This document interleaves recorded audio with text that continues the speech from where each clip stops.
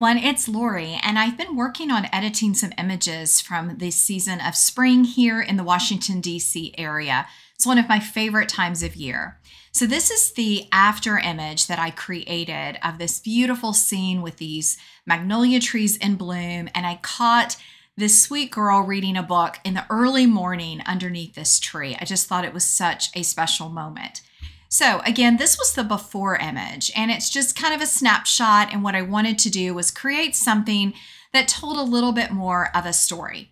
So I thought I'd walk you through a couple of the simple elements and edits that I made to transform this into that story. Okay, so this is the original image, and the first thing I'm going to do is just bring down the highlights a little bit, and I do want to start with my temperature. I'm going to just give it a little bit more of a blue tone, and then I'm going to use the Content Aware Remove tool to clean up this area. There's just a couple spots around the image that I want to remove. So I'm just kind of getting the image prepped for anything else that I want to do to it. So there is a little black box or something. I think it's a light over here in the garden. And so I'm just going to remove that. Now it's having a hard time. It's kind of smudging it, but we will use the clone tool later to fix that. So I'm just going to leave it like that for now, and we will move on. All right, so the next thing that I want to do is tweak the colors. So I really want the spring blooms to pop, so I'm going to increase the magenta, and I'm also going to make the green very vibrant. So I want it to be much more of a spring green, and even the yellows. I just want that to really look like spring. Now, after I did these basic edits, the next big edit that I made was to add some blur to the background and around our kind of secondary subject. We've got a tree subject and our lady. So to do that, I'm going to use the Lens Blur tool here in Lightroom. Now, Lens Blur is a brand new tool, and it doesn't work, I would say. It works well, but it has some kinks to it. Sometimes it gets stuck, or you may have to modify it. So let's see how it does on this image. First thing you need to do is click Apply. It's going to process a depth map to allow it to determine where your subject is, and then apply the blur. Once it finishes, we can increase the blur amount, and that will start blurring, hopefully, the area around the lady. So now that it's processed, we want to just go ahead and use the slider to increase the blur.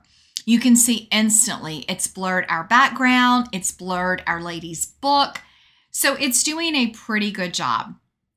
Now it did blur into our tree a little bit, so what I'm going to do is grab the options to refine, which are right down here at the bottom. I want to refine first the focus. So we're going to come up with our brush. Maybe hard to see, but it does give you a brush tool. And I'm just going to brush in and bring back the focus in this area. Yeah, so there we go. Bringing back some of that focus. And so I like that. And then I'm going to go to the blur. And what I want to do is I'm just going to take this and I want to come back and blur the edges. And I also want to blur our subject. So I just want to give her a little bit more blur. So we're going to brush over, and then we're going to take the amount slider, and we're actually just going to take it over just a little bit, like probably 105. Yeah, I think that did a really nice job. So just want her to be slightly blurred so that it's not, she's there, but she's not completely, it gives it more of an artistic look, I think. Now, I'm not worried about this bench because I am going to remove it, but if you don't like to use Photoshop, you could also apply blur to this bench. So we could also come over and blur the bench and give it a little bit of a softer look, which will help it not have as much emphasis. So that is something else that you could process and do. All right, so now that we have our blur set and our kind of focus points, the second big edit that I made to this image was I adjusted the color on her sweater and her shoes. So it was just for some added fun for spring. So let's come up to our mask tools. I like to use the object mask. And the first thing I'm going to do is use the square. And we're going to come over and just put a square right on top of her shoes. I'm going to try not to get the white sole of her shoes. I just want the top parts. All right, so I'm going to let it detect that, and hopefully it will do a really good mask for us. Now we can click Show Overlay to check it, and let's see what it did. Hopefully it gave us a really nice clean mask there. We'll see what that mask did. It's processing, and as long as it's a clean mask, then I'm going to go down to the hue and saturation sliders to change the color of her shoes to a shade of pink. Oh, it did a great job. So nice. I'm very happy with that mask. And so now I'm going to come down and we're going to go ahead and I'm going to saturate, and then I'm going to go to the hue and we are going to make that pink. Here we go. And I'm going to saturate it. Now I need to add to the mask because I see, and I'm just going to use a brush. We need it really small, the brush. And let's turn off the overlay. And I just want to use that brush and emphasize the other shoe. Now, sometimes you can do this show pins. I don't like to do that because it definitely impacts my ability to edit. So I'm going to just come around here, and I want to also give that pink to this edge of her shoe so that they match. I definitely don't want the overlay on, so hopefully that will turn off so that we can see the shoes and see what work we did. So I'm just refining that mask. I used an add and did a brush so that we could add to that. And let's go back to mask 1 and let's see if we can turn off.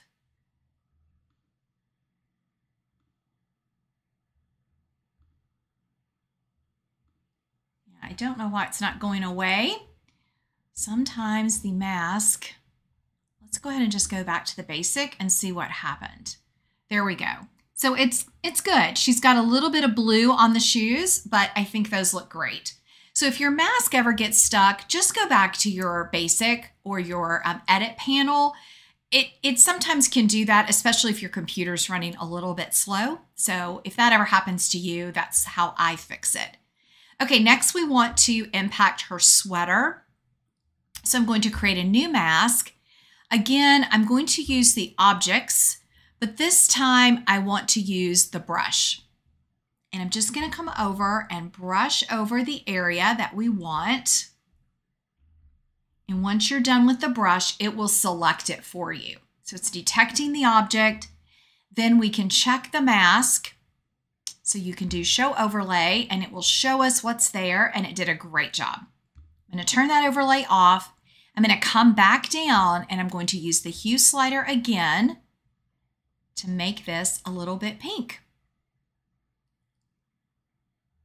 In that pink range, I'm also going to increase the saturation. And it's definitely being sluggish today. So I don't know if your Lightroom sometimes gives you a hard time. But it's cold today here, and I think it's just fighting me. There we go. So that looks nice. It kind of matches the shoes. The saturation is there. You could also reduce the saturation if you just want to make it kind of blend in. A little bit soft there. So that, I'm going to go back to the Edit Basic panel. Let's scroll out, and then you can see those edits that I just made. So I think it just helps her blend into the scene and helps kind of not make the shoes in that stand out. It just looks like a nice spring image. Now we did get a little bit of blue on her shoes. So I'm just going to come down to the color aqua and I'm just going to reduce that saturation, which will bring that down. and not impact that area so much. All right, so those are the major edits that I would make right here using just the tools in Lightroom. Now it looks like we also need to straighten up this corner of the image just a touch. That bench was a little off, so I'm going to fix that. And then the next steps that I would take would be in Photoshop. So let's jump over to Photoshop and make some final edits. Okay, so now that we are here in Photoshop, I am going to duplicate my background layer. Command or Control J will do that for you. And the next step that I want to do is just do a little bit of cloning. So I'm going to grab my clone tool and I'm going to come up with a pretty large brush. So I'm going to use the Option key to select my target. So we're just going to select that target area. And I'm just going to add some additional branches at the top here. And then I do want to smooth out down here where we've got that building kind of shows up. I'm just going to come along and add a little bit just to blend those two areas together and make that just kind of blend in and extend that tree.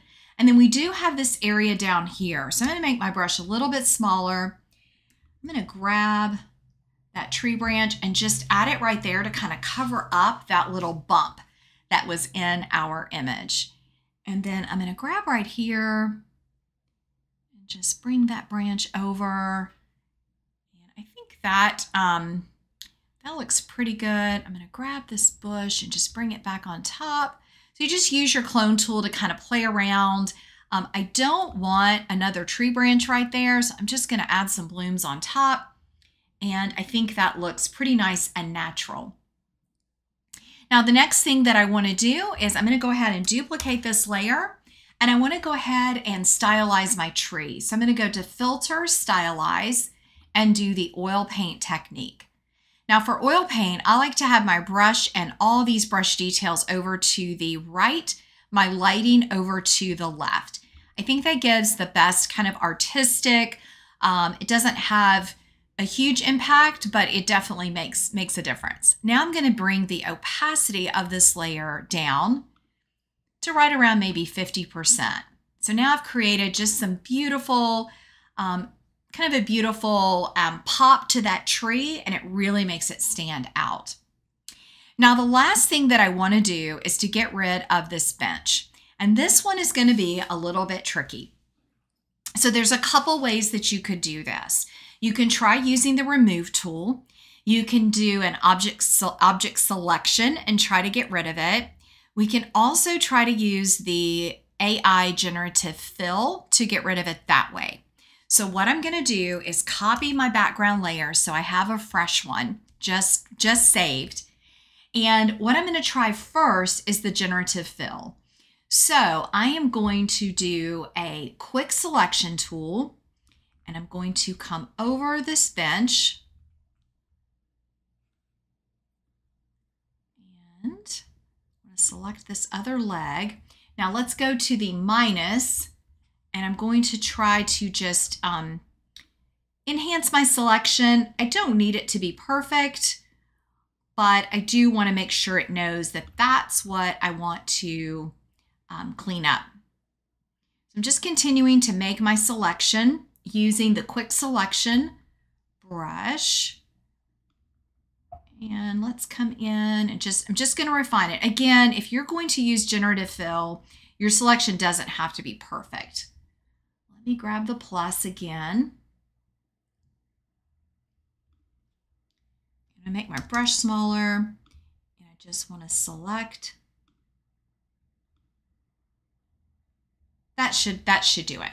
Now, instantly, when you use the quick selection tool, this generative fill option should come up for you. So I'm going to click on generative fill, and now we're just going to click generate. I don't want to tell it what to do. I want it to just use what's in my image to generate and fill this area. So it's processing, and we will see what it comes up with. Now, the first time I did this for this image, I got a great AI rendering. It just worked perfect.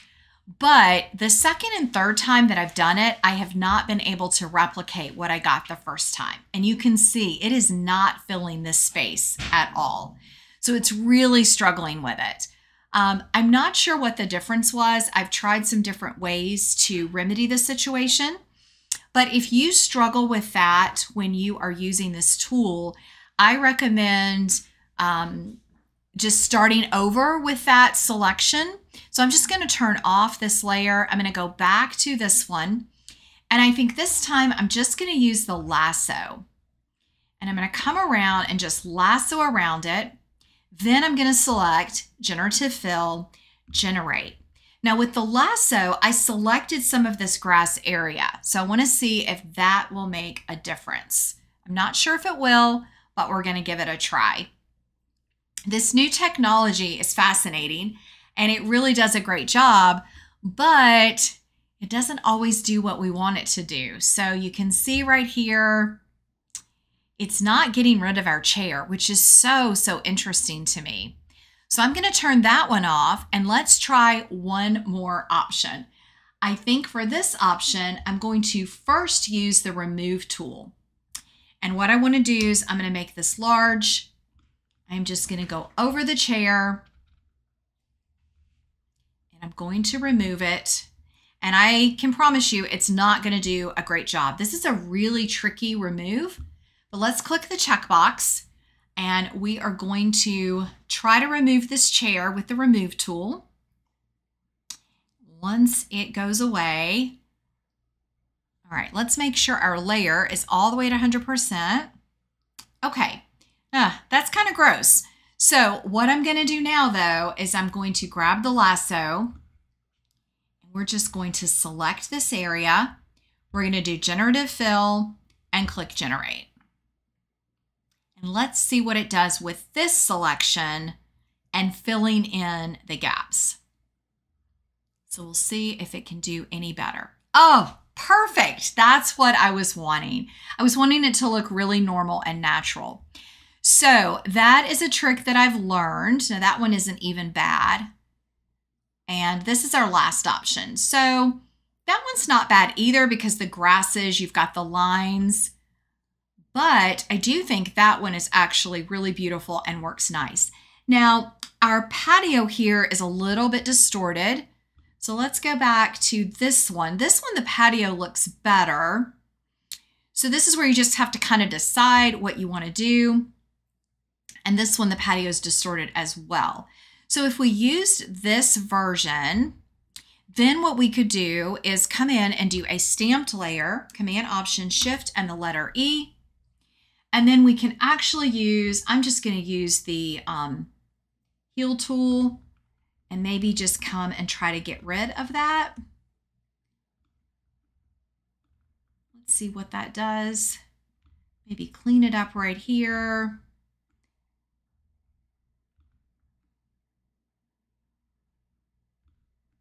Clean that up a little bit.